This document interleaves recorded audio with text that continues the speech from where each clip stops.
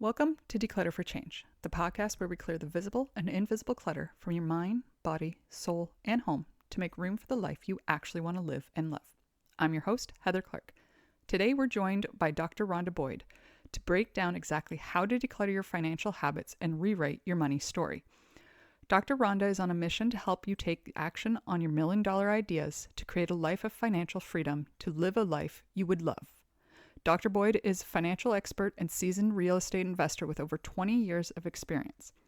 As the founder of Flow with Ronda Consulting and Passion to Pay Project, she uses workshops, masterminds, and her book, Investing Made Easy, A Family Affair, to help families unlock their abundant mindset and build generational wealth. She simplifies wealth building by turning financial independence into a team effort, empowering everyday families to thrive. Known as a dynamic speaker, mindset coach, and educator, Dr. Boyd's passion lies in teaching others how to achieve financial clarity and freedom. With her proven strategies, she inspires and equips individuals to break free from financial limitations and confidently create a prosperous future.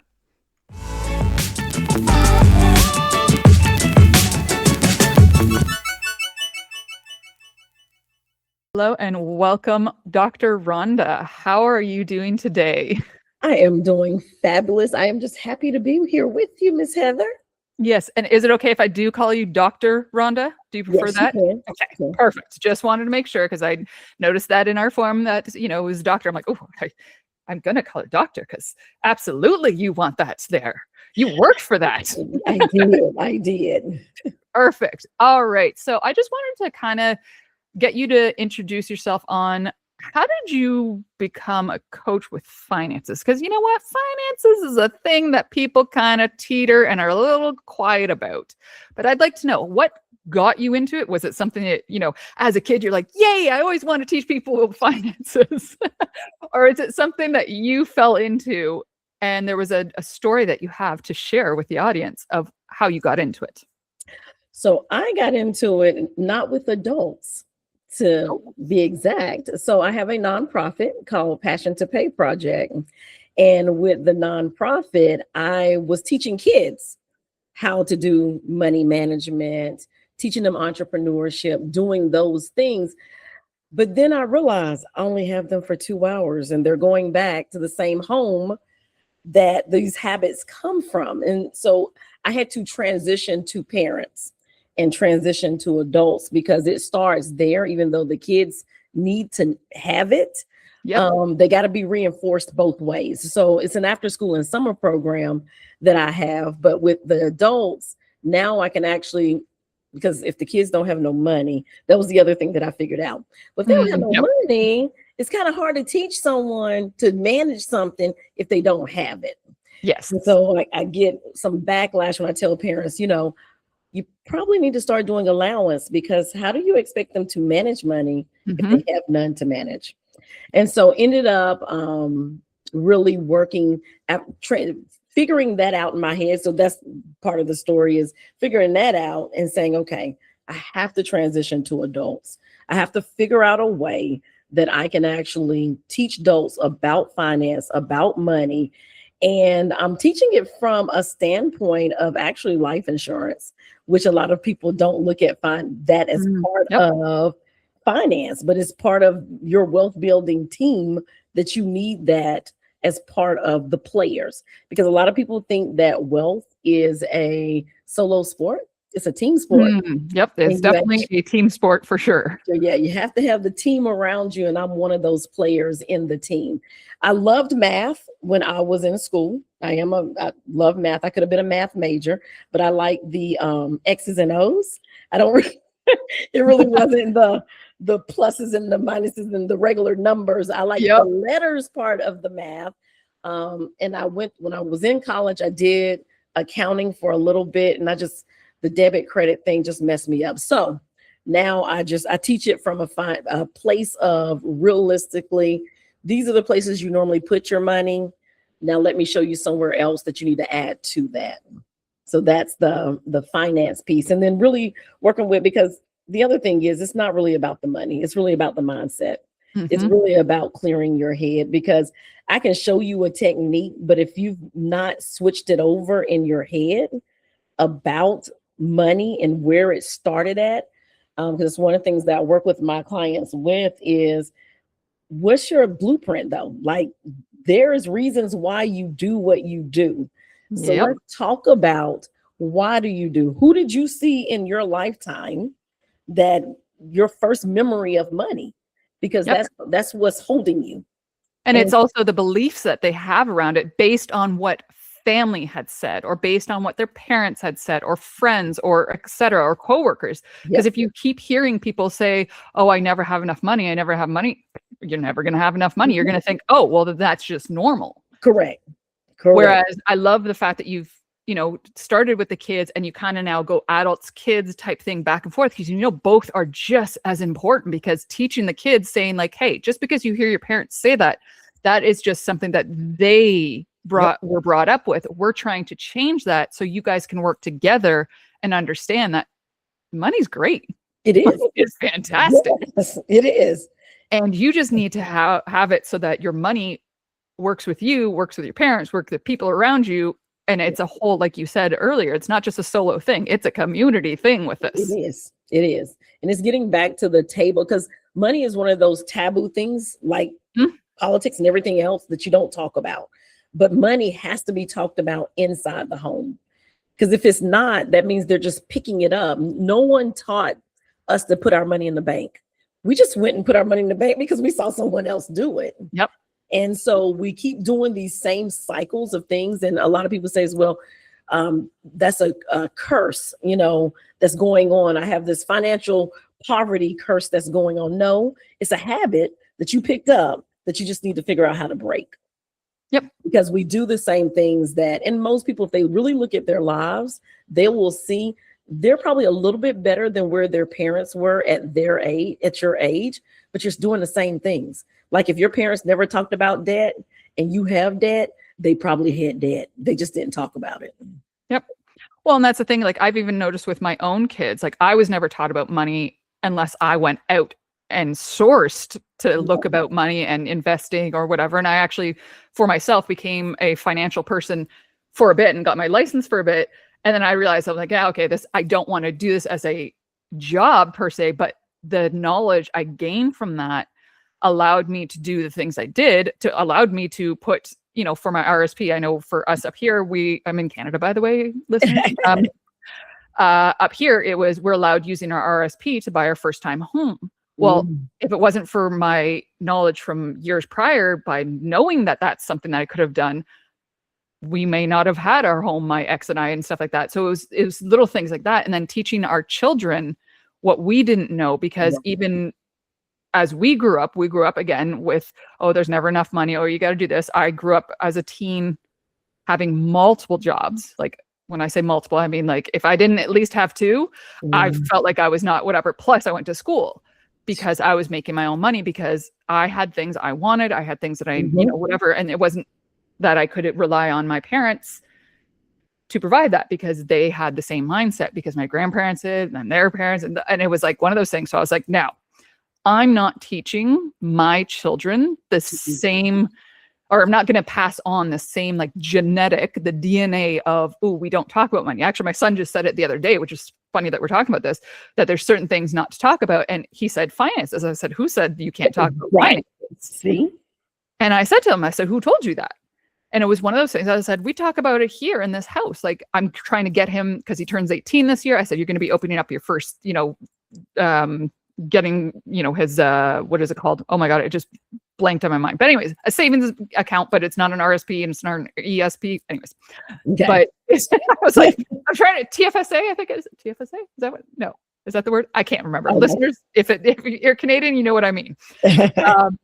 But it's one of those things where it's like, no, put it in there, because you put it in there now. And I wish when I was 18, I did something that I'm trying to teach him. Because the other thing that you learn about is compound interest too. Correct. Like, dude, you've got plenty of years to allow that money to compound. Whereas people who are learning in their adulthood don't have as many years. So it doesn't compound as easily. Right. But yeah, so like, it's just, have you noticed with any of the people that you've worked with, the parents, when you've tried to teach them, have they been very resistant and then kind of pulled away where they're like, oh, I don't want you to know my stuff anymore. Yes, yes, yes, and yes. And to the point that I almost wanted to quit because Oh, I'm passing this information on. No one is listening. I'm getting resistance. And then I clearly heard God tell me, but if you don't tell them, who will? If you love that. stop, Yeah. who will tell them?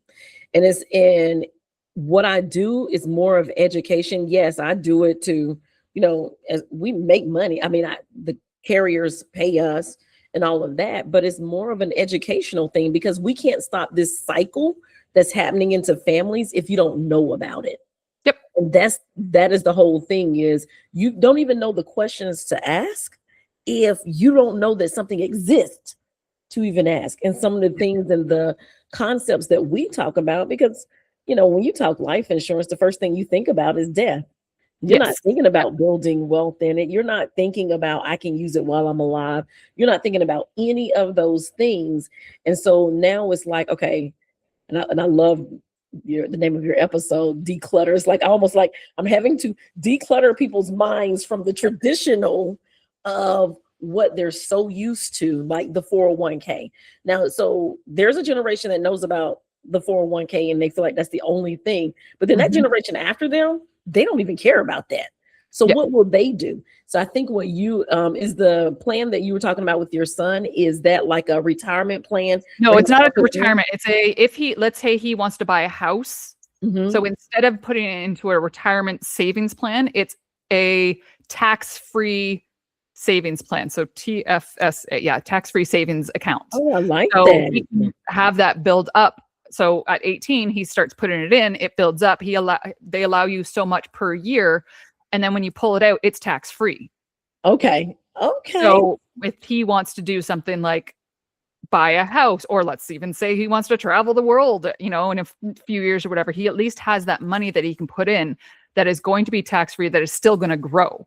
Because I said to him, rather you do that than put it in a bank account, because I'm going to tell you that a bank account is not going to actually grow your money as much. Right. There's no compound interest there. Yeah, exactly. There's definitely no compound interest. And I'm pretty sure the interest you get from that doesn't even get near the inflation interest. So you're really losing money. Yes. Yeah.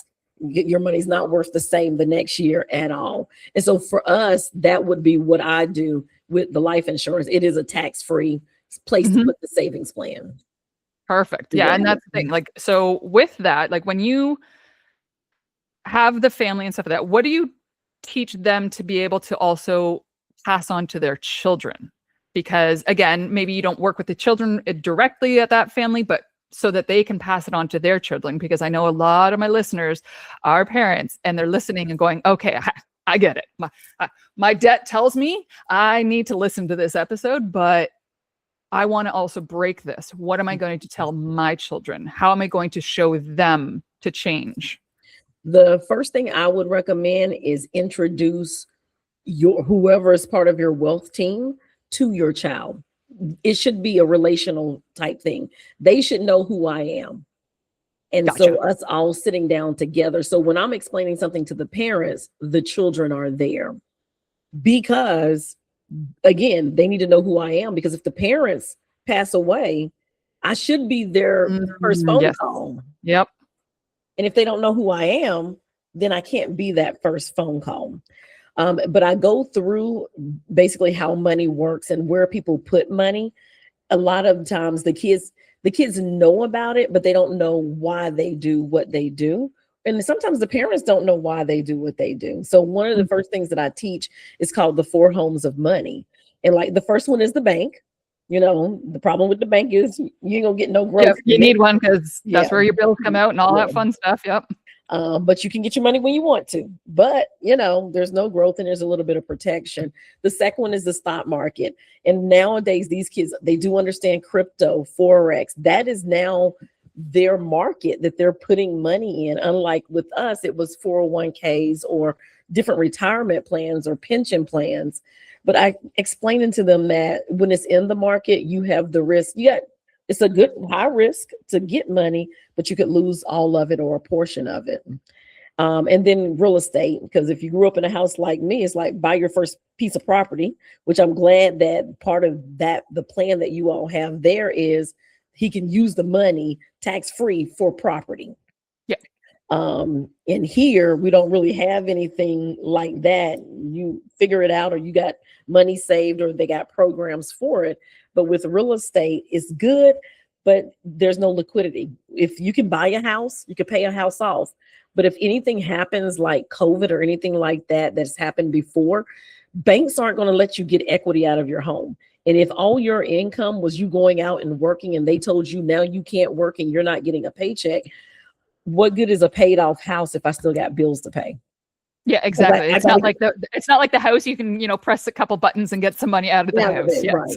And so we teach them how to even leverage their home, because I grew up in a generation was like, don't you get no second mortgage on your home.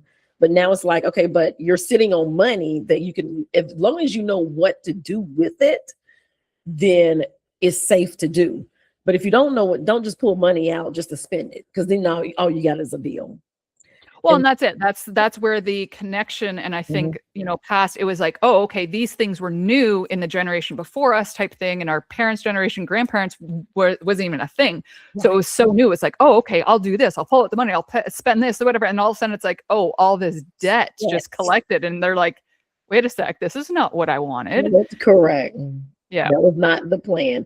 And then the fourth home is life insurance, actually showing them you can put money in life insurance, get compound interest on it, have living benefits, going through those things. And we're going to use all four of them. You'll use all four of them in your lifetime. It's just that fourth one is so missing in most people's houses. And most people know about term and they know about final expense in my communities, because that's what was actually sold to us. And part of it is because little bit of money to put in, or I waited too late for the final expense. So, but those getting out of that mindset that life insurance, one, is not part of your wealth plan, and life insurance is only for death. That's the story. That's the message we're trying to get across for you to understand, and that everything else that you've been doing is great, but there is something else that's a little better, because you're not going to lose with it. Yeah. Well, and the funny thing is about like the whole life insurance and how people, like, I know it's one of those things where people are like, ooh, we don't talk about that, whatever, et cetera. Same bit about the money and stuff, but yet we talk about car insurance. Right. And health insurance. Yeah. So if we're protecting our health and we're protecting our car for just in case, why are we not protecting and even if you want to think about it, switching it, why are we not protecting our income, our revenue? Correct. Because that's really what a life insurance policy is. It's protecting the revenue that could come in, or could, whatever, be lost as well. It's, God forbid, something happens. Yes. Well, at least you have that to rely on. Just like, God forbid, you get into a car accident, you go to your car insurance and say, hey, yo, I need a new car. Right. Like, what is, like, this is what I don't understand. So, like, how do you break that cycle between talking about finances and talking about the life insurance and the wealth insurance? Let's even call it wealth insurance at this point. Right. How do you talk about that to the people so that they can not only absorb it, but understand it, that, yeah, these are okay to talk about. There is nothing faux pas about this. Everyone has been in debt at some point or another at some point in their life. Can you put it to a point where, okay, let's talk about this, but let's get you, if you're in debt, out of debt. If you're not doing this, let's get you out of that. How do you get that so that it becomes more of a, we talk about it as if we're talking about bananas type thing. And it's really it's not a hard conversation if you just start talking about it. The thing is that no one's talking about it. So me starting the conversation, people normally will listen, but a lot of times they will think that life insurance is expensive, for one thing. And it's the most least expensive insurance you can have behind health and your car insurance. I've actually heard another agent actually ask a couple, the husband was like, well, no, we don't need any insurance, no life insurance. And he was like, well, do you have car insurance? And he was like, yeah. And he was like, He said, well, then I guess you just need to start sleeping with your car instead of your wife, since you won't put no life insurance on her. I bet that went over well afterwards. Right. But it makes people think that, because, and I just don't know if people think that they're just gonna, if you get life insurance, you're gonna die. You're going to die. You know, that is actually one of the only things that can be guaranteed is once you're born, eventually you're going to die. It's just a matter of when. Yeah. Why not? Correct. But there's a chance that you might not ever get into a car accident, but you're going to still pay car insurance. There's a chance that you're not going to get sick. There's people around that have never gotten sick, never went to the hospital, but they still pay for health insurance. Yep. But the one guarantee is that you're going to die. Yeah, exactly. The one guarantee, you don't want to protect that. Okay, cool. And the drawback, the opposition that I get is, well, I'm paying for something that I am leaving behind to people, and I'm not going to get to enjoy it. And that's the misconception of life insurance, is that people don't realize that you literally can use your life insurance while you're alive. Yeah. And so once we get that educational part and that piece settled in people's mind, like, no, you can literally build wealth. You can protect your income, your livelihood. Because 74%, and this is what most people don't understand, 74% of people lose their homes because of someone getting sick, not because someone died. Because when someone dies, they have life insurance, then they'll probably just pay the house off. But if someone gets sick, every income stops. Yep, because that person can't actually go to the job, and therefore they're not bringing in the income. Yeah, right. And that's why I said it's a wealth protection, because it's protecting the income of the household. Right. And people don't and that's the missing piece that people don't understand. That's the missing piece. And so hopefully, as the listeners are listening, they're kind of given a, maybe I kind of need to talk to Dr. Ronda and maybe see a little bit more of this, because again, it's trying to make things not so faux pas, because guess what? Money is something that happens every day across the world for millions upon millions upon millions of people. Yep. Billions of people. But yet it's one of the biggest faux pas to even talk about. Yep. Now, because I have my idea of what and why, but what do you think the reason behind why they don't want to talk about it? Because they think they're going to die if they talk about it. I think part of it is because there are households that talk about, it seems like their kids know about money as soon as they're born. It just it's a regular conversation. For, I think the households that's not talking about it, it's that shame, the guilt, or them not feeling like, I should be at a better place right now, but I got all of this debt that I don't want to tell you about. But best believe when you die, your family going to find out about it. Yeah, you're going to find out. Oh, surprise. Yeah. And so instead of us helping you with that debt early on, but it's the shame, the guilt, and thinking, oh, I'm 35, I'm 40. I should be in a much better place than I am now. Yep, that's exactly what I was going for. It's the guilt of I'm not where I should be. My family, my friends, my other people around me are, they've got savings. They can go do the vacations. They can do all this stuff, and I can't because I'm still paying off my debt. I'm still paying off, let's say, student loans. Yeah, and it's like, with those people, where is the first step you tell them to get them out of that guilt, to get them out of that shame? Well, one is, let's sit down and have a real conversation, because a lot of people know where they want to go, but they refuse to look at where they're at. I always use the example of a GPS. We love using GPS systems, but the thing is, the GPS actually knows where you're at to get you where you want to go. Yep. And that's where you have to start. It starts with that blueprint of, how did I get here where I'm at? Because a lot of us have more than enough. We're in an abundant world. Even the ones who really truly believe that they're really in a struggle, if they really sat down and looked at their finances, they'll see they have more than enough to just get started. But it is writing it on paper and actually sitting down and let's having a conversation about it. We even help people with my platform. We help people get out of consolidate debt if they need to kind of bring down that so they can have some liquid income. But yeah, so it is that conversation and starting it of let's just sit down. And I know and it comes with a lot of anxiety, a lot of fear of not really knowing where they're at. All they do is see the bills coming in, but they forget about the money that's coming in.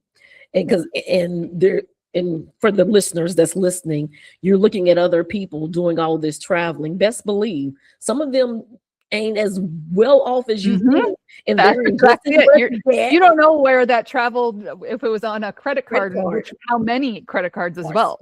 Correct. Yeah. Some people are just going to travel. Yep. Regardless. And that's kind of how my money story started. We were every last weekend of July, we were going on vacation. And I never saw my daddy sit down and budget for it. It was like, we just pick up and go. Yep. But it was never a budget for it. But it is. And just not get over the fear to just sit down. And you can do it yourself. The great thing, and I know you mentioned AI earlier, the great thing with AI, you can stick your statements in AI and tell it to break down where all my spending is going. Because you'll see that most time we eat a lot of our money. Your wealth is what you've been eating. Yep. And normally that's where you're going to find it at. And it just takes you to kind of step back and say, okay, how can I enjoy myself? Because I'm not one that says you stop buying that. I think coffee now is $7. I went to a coffee shop. This is really off topic. I'm sorry. Went to a coffee shop, and I remember years ago that some of the gurus with finances were talking about, stop doing the $5 latte. Man, them lattes are not $5 anymore. No, they are not $5 anymore. But actually, I just drove by Starbucks. As my daughter's like, "Can we stop?" I said, "I'm not paying for that." And she's like, "I've got a gift card, so it's fine." Almost $8 for a right. I was like, and I think they got smaller. And they got smaller. But I'm not one of the ones that feel like that you should not be enjoying life. Exactly. And that's why we ended up going through the drive-through, because I was like, well, it's your money, first of all. And this is something you really wanted, and it made her happy. But again, she's a saver. I will give her that. She is a saver. She loves money. She loves saving it. But then she also likes having these little moments, like her and her friends go to the Starbucks locally, and that's what they do. That's their happy place. That's their whatever. She's now getting to the age where she can actually start getting a job if she wants. But for my kids, I don't even remember when I started this. And this is like, it's been the weirdest thing, but it is one of those things where I was like, nope, this is what's going. So for our chores, it is split between, so it's my daughter, my son, and myself in this house. Okay.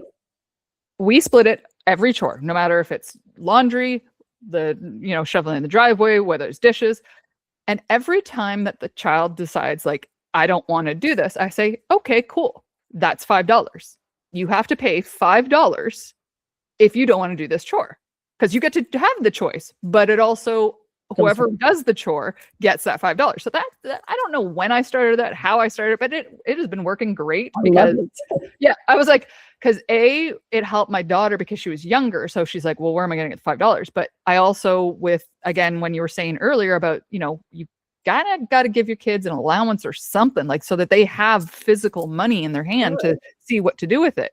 So with their grades, I have a whole like point system of, okay, you get this to that, you get that like $5, you get $4 or $3 or $2, or you get 50 cents. If you just passed, you get 2 beautiful quarters type thing. But it was just something that it was money when they were younger they could get. And then they always ask for money now for like their birthdays and stuff like that. So it's a matter of, okay, what are you doing with that? Are you saving it? She's a saver. My son likes to spend. Hence why I'm trying to convince him this year to, when you turn 18, you get to sign all the papers. Like, let's do that. Yes. But he also is somebody that he doesn't spend on random things. He's thought about this idea and thought about this for a while, and that's what he's going to spend it on. So that's the other thing, is how do you teach the children that, yes, save, and yes, you can spend like whatever money comes in, even if it's $5 a week or, whatever it is, what do you teach the kids to do? Do you have like, because I know there's online, I've seen where they do like, 50% goes to saving, 30% goes to this, and 20% goes to that. Is that something you also teach them as well? Well, 10%. I do 10%. I am church goer, so I teach tithing, and then I teach them saving 10%. And the rest of it they can spend. And the reason I feel like, and a lot of people be like, they can spend 80%. Now, I mean, they can save more, but my thing is, no one tells us what to do with our money when we get older. So you can try to box them in and make them do something. What'll happen is they'll end up resenting that later on. And then you got a spender when you try to force them to be a saver. Ah, yes. Okay. So they have to buy into it in order for them to continue it. And it just becomes part of who they are. And some of us are naturally spenders and savers, but when you have that balance, you can teach the balance. But if you take all of it away, like put 50% of, save 50% of it, we don't do that now as adults. We don't save 50% of our paycheck. Yep. Most of it goes to bills, because very quickly they're going to realize most of my money's going to go to bills anyway. It's so funny. Was it I forget what it was. It must have been like a TikTok or something I saw. And it was Bill Cosby in the show. He was teaching the oldest son about money, and he gave money. He's like, oh yeah, here's like $400. Oh, you want to live with your girlfriend by herself? And he took a certain amount away. Oh, you're going to spend all the money on her and buy her a present? Okay. And you took more. And then the son would take some back. He's like, oh, no. We'll just, eat rice and whatever, etc. But it was funny, the dynamics of back and forth, because that's exactly what it is. It's like, yeah, you're spending it on these things. Yes, as a child, you don't have them yet. So why are you saving them? So I do like that. And my children will like that, but they don't listen to this podcast. So we're good. They'll be like, wait a minute, 10%. Yeah, I can do 10%. Like, wait, Mom, you've made us. But you can, and then you can do incentives. I like how you do it with the report cards. Most people, because school is one in my, because I got a book, Investing Made Easy, a Family Affair. In the book, in the back, it actually makes them also go they have to get reviews. So like when you go for your, if you work for a job, you'll get a yearly review.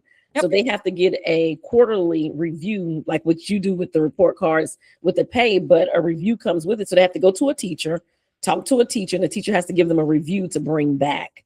And the reason I started that is because our kids go off to college. So we do everything for them even when they're in high school. We talk to their teachers still, all of those things. And a lot of times they'll come to us about something that's going on in the classroom before they'll talk to the teacher.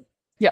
And so this forces them, one, to build a relationship with the teachers, because when they go to college, we literally don't have access to the teachers. They don't answer any of the questions. They're an adult now. Well, not only that, but the student, your child is sometimes out of like state or out of country or out of province type thing. So this teaches them communication. Like, you need to talk. You need to be able to understand. You can go talk to your teacher about anything that's going on. And so it kind of builds in, even like doing interviews and going to job interviews. It gets them talking to people that they actually know, but it gets them talking to them. So that's another dynamic that I put in there with the money. That is awesome. Because and the other thing is too, right now, because I'm going to say a lot of the students who were in school during COVID, half the time they had their cameras off. They were barely even there. So it's not even coming to their teachers. So you including that in your program as well is fantastic, because a lot of the thing is social anxiety now. It is because they don't want to. How many memes or jokes or whatever have you seen where the adult kid is at the doctor's and still asking the parent, "Oh, what's my name? What's my date of birth?" And it's like, really, dude, you don't know that, right? Or what is my surname? Yes. What is my surname? You don't have one. Just put your name down. But they don't teach that in school. And if we don't do it when they go, we continue to do those things until they go off to college, and then we expect them to know how to do it. And expect them to also budget themselves if we've never taught them as the parent, or they've never, because they do not teach finances very well in school at all. They're only starting to a little bit in certain schools here, at least, but still it's not enough. It's not enough. Like, I would have loved to have known half the things I now know as an adult. I'm like, oh, what, a budget? What do you mean a budget? Right. Yes. And so, like, yeah. And when they go off to college, the first thing they start getting in the mail is credit cards. Yep. Like, they get a stacks of credit cards. People want them to do credit. I'm like, oh my gosh. And so if you've never taught them versus, and I was told, my lesson around credit cards was don't get one, pay everything in cash. That ain't realistic. Literally, you do need a credit card, but you need someone to show you how to manage a credit card. You can't spend your money and the credit card. It don't work that way. Yep. Well, and that's the thing. So even with doing that, there's certain things. So like with a credit card, let's just use the credit card as an example. As the adults, let's say there are adults that have the credit card. What is the thing that you're telling them, like, okay, let's declutter, as we're going to use that. Let's declutter this area first, whether it's this credit card or this spending on the credit card so that you can get out of that debt. Is there things like that that you teach them as adults and as growing adults as well? I want to tell them just to cut it out, but sometimes that's not always a good thing either. If it's to the max, it's going to be them having to really dial in and pay for it. But it also goes back to how much money do you actually have coming in? Okay. Are you using the credit card because you don't have enough money coming in, or because then you're living above your means anyway? So we got to figure out how do we get you to live below your means, or how do we get you to make more income? So it could be two ways, because the other part of what I do is actually teach people how to open up their own businesses, doing life insurance. Yep. So it's like, I can teach you, if you're 18, how to gain the extra income so you can start paying things down, because you got to make more income, or you got to shrink the debt. And sometimes, or option C, do both. Right. Shrink the debt and make more income. Right. Yeah. Because you can build wealth and get out of debt at the exact same time. Yep. Oh, and that's it. And it doesn't take and when we hear about this on like in the online space and all this stuff, it's like, oh, it's going to take, so many thousands of dollars per month, blah, blah. It's like, you could even start with let's say even $25 a month. You can start with minimum, and $25, let me just say, if you're a Starbucks person, that adds up quickly when you just say no and that's the thing. It doesn't have to be, let's say for the listeners, if you are a Starbucks person or have your coffee and stuff like that, we're not saying forever. Correct. We're saying, let's do a 3 to 6 month kind of work where this is where you're going to be hardcore getting yourself out of debt. Right. And then you can go and reevaluate it after that and go, okay, maybe I don't do it every week or every day I get the coffee, but maybe I can do it once a month. Right. If I've done this and I've paid enough off my credit card, or I paid enough to my debt, maybe that's when I can spoil myself and get that, extra fancy coffee or whatever, as opposed to making it from home. Correct. And the other thing is using cash. Cash is so emotional. Most times, if kids have cash, they don't want to give it up. And as adults, we don't want to give up cash either, if we got cash. So if you say, this month, I'm only going to spend $50 on Starbucks, then guess what? Once the 50 is gone, then you get no more Starbucks. But you'll think twice about stopping, because I'm using cash now. The card has no emotion to it. We swipe because we don't see it go away. Yep. All we're doing is swiping, and unless it gets declined, we just move on. And we think that it's a unlimited fund that's sitting there, and it's not. And then you wonder, okay, what happened to all my money this week? Oh, I went to Starbucks like 3 times. And then you go back in your bank and you're like, oh wait, that wasn't me. Yeah. So, but yeah, using cash is another good way for kids and adults to really start paying off debt. Because if you only do the cash because again, I'm not one of the ones that say, don't enjoy life. My flow with Ronda stands for fulfilling life on a whim. I want to enjoy life. We were meant to be on earth to enjoy life. Our worry, shame, and guilt is crowding that out. Yes. And so once we get things on paper, sit down and talk about it and understand that it's okay, that Yep. there's a lot more. You're not in this alone. There's other people. And 9 times out of 10, if you go ask your mama and your daddy, they probably was there too. Because if Yep. if you're in debt and no one taught you how to get out anything about debt and money, then they probably was in the same situation. So Yep. it's okay. It is Well, and that's okay. it. So like myself and my ex-husband now, but at the time we were together and we had just had our son and we went on a year, like full on, like I was on maternity leave and we paid off the debt. Like we paid, I think we were about $60,000 in debt at that point, and that's Canadian. So it's, it's only about 40, but still it's a significant amount when we were looking to buy a home. So for us, it was like, okay, we've got to get rid of this debt because that's going to go against us when we buy the home. Right. But I was also on maternity. So now you've got like a lot less income per month. So we really had to be like, okay, what are we cutting out for now? And we knew this, and that's I think the key thing is it's just for now. Just set yourself that goal of the end date and say, okay, for the next, and for us, it was for the next year. What are we going to make sure we don't do?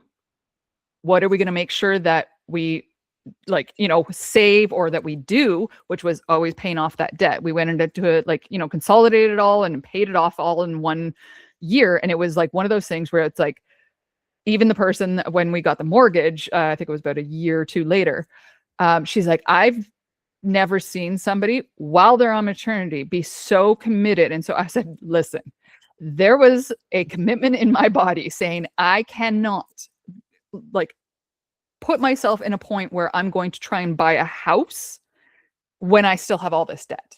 For me, it was just one of those things. I was never taught how to get out of the debt. I was never taught how to use a credit card. I was never taught that there was 2 different dates that you had to pay attention to, all that stuff. So those were things I was learning as an adult when I had a child. So it was one of those things where I was like, whew. So I'm just going to tell all the listeners, if I can do it, trust me, anyone can. Because honestly, coming from a family that, like I said, talking about finances or anything like that was so faux pas. Do not even well, what do you make a year? Because as a child, I didn't even know what it was to, what an annual income was. I was like, what does that mean? $10, $20, whatever. So even teaching my kids, okay, what I make this month? Cool. Well, where'd that go? Well, how much is rent? How much is this? How much is that? I said, yeah. And then they realized, they're like, ooh, it's not that much fun being an adult. I said, it is, because you get to choose where these things. I said, but there are a lot more things to pay for, but it's learning that just for that moment, if you are in that debt, because right now I am debt free. I got 0 debts. Nothing. I know. And I've been like that for a while. And when my ex and I split, I ended up finding out about a debt that I was under my name that was fun getting rid of. But again, as somebody who's 44 years old, to say that I'm debt free is fan-frickin-tastic for me, because I'm like, okay, I'm debt free. So anything that comes in literally is coming in. Right. It's not, it's coming in to go straight out to the debt. Yes, obviously I have my bills, but I can now go, okay, where do I want it to go? I want it to go to investment because I know that's something that I want for later. Yes, am I going to, save and do in the stock and all that stuff? Absolutely, because I know I still have time. Right. I'm here. And we have our life insurance too. So I've got the life insurance myself and my children as well. Yep. Again, it's protecting that if something happens to them, I'm not going to want to work. Correct. So that income is not coming in. So that's protecting the income that would come in, or the, expenses that would happen. But for me, that's become normal. Which is what it's supposed to be. Well, exactly. And that's why I'm so glad that we're talking about this, because even for the listeners, because I know it's a faux pas, it's, even talking about your partner and what they make and what comes in, what doesn't come in, and split finances, split banking accounts. There's so many different dynamics out there. And it's just a matter of sitting down and putting it literally in your face on paper. This is where we're starting from, getting people and couples together. This is where we start from.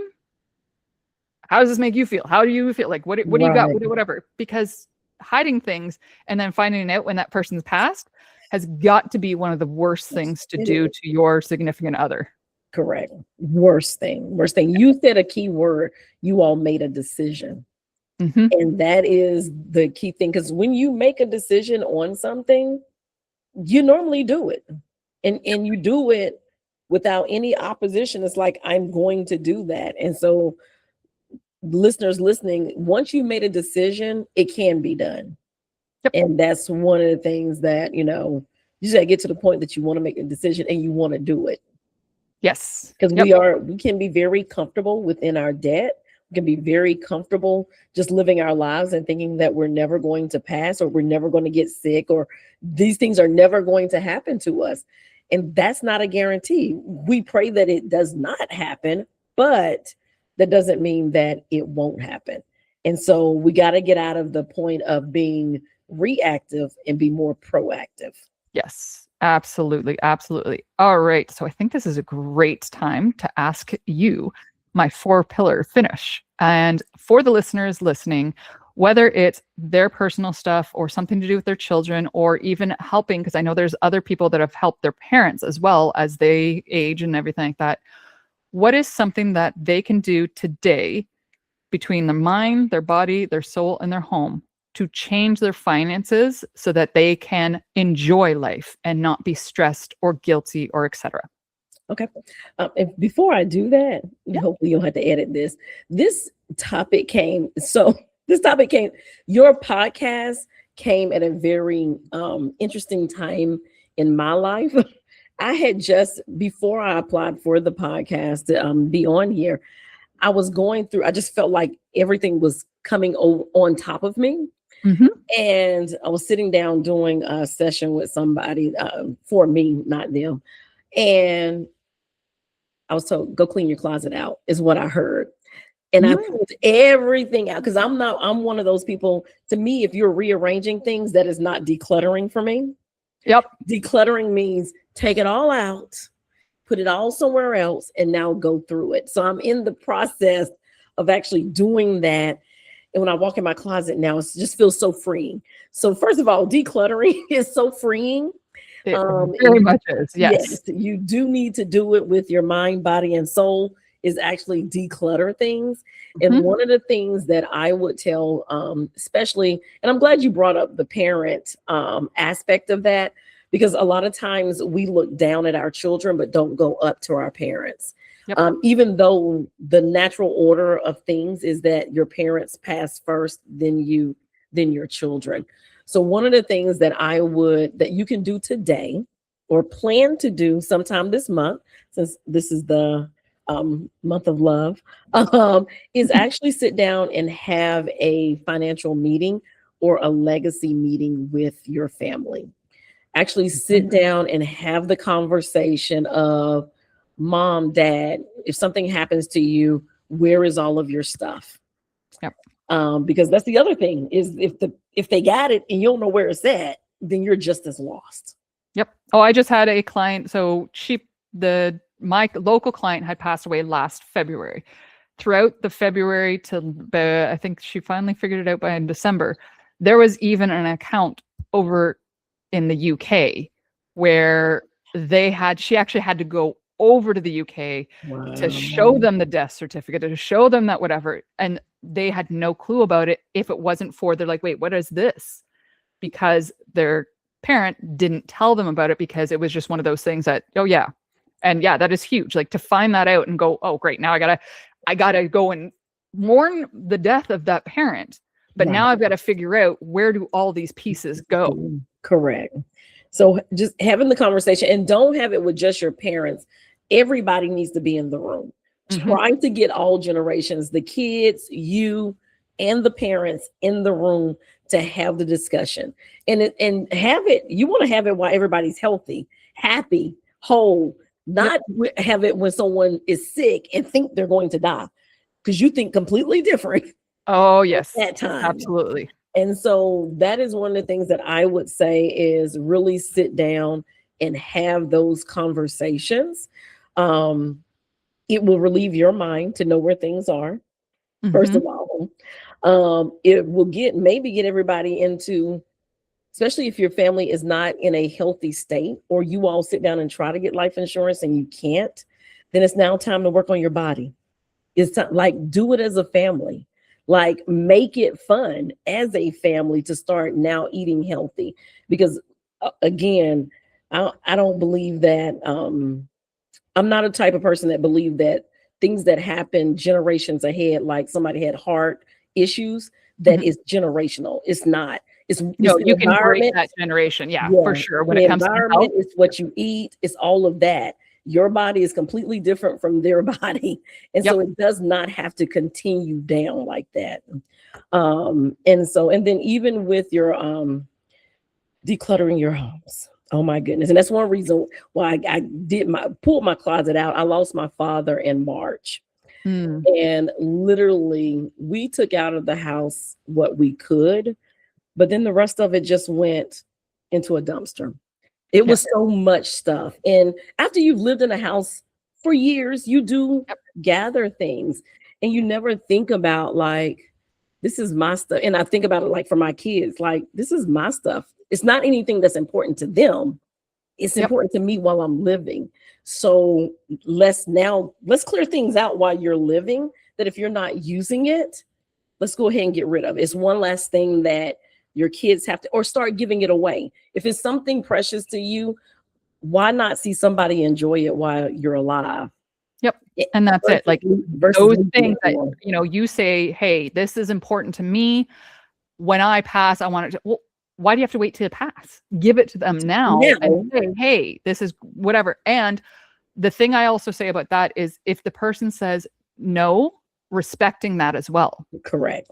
Because that's the other thing too, is it, again, everything goes back to the guilt and the shame and all that stuff. Because because when our parents try and give us something and we're like, oh, okay, yeah, great, but then we don't actually want it, you're now putting it in the back of your closet and it's just taking up that space, that energy, all that stuff. So yes, decluttering, hold on, your finances and your home and everything. Yes. Everything. And then I want to leave you with this.